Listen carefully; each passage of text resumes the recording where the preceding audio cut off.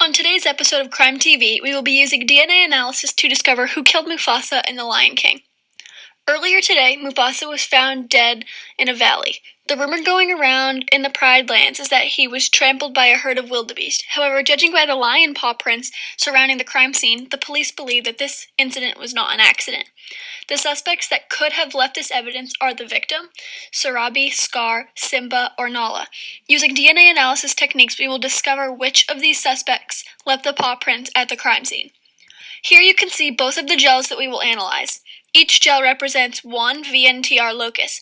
By comparing the bands created by the DNA evidence to those created by each of the lions in question, we will be able to discover which lion was at the crime scene with Mufasa when he died. Here's the gel with VNTR locus 1. Let's compare the bands created by the paw print to each of the lions in question. A lion will remain in question if he or she created bands on the gel that match the ones created by the paw print. As you can see, the bands created by the victim, Sarabi, and Simba do not match the bands created by the paw print, so they are excluded from leaving the DNA evidence at the crime scene. Scar's and Nala's bands do match, however, so they both remain in question.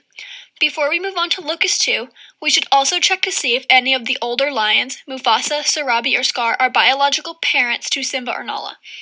The bands on the gel all represent alleles.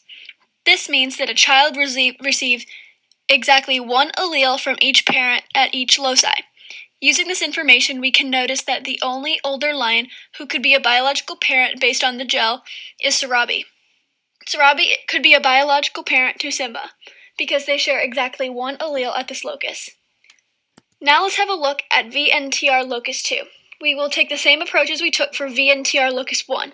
By comparing the bands created by the paw print to all of the lions, we can see that the victim, Sarabi, and Nala do not match. These lions are excluded from leaving the evidence at the scene. If you remember back to the previous gel, Nala matched the bands created by the paw print, but since she doesn't match the bands on this gel, she is excluded. In this gel, Scar and Simba match the bands created by the paw print. Since Simba did not match the bands created by the paw print in the previous gel, he's off the hook.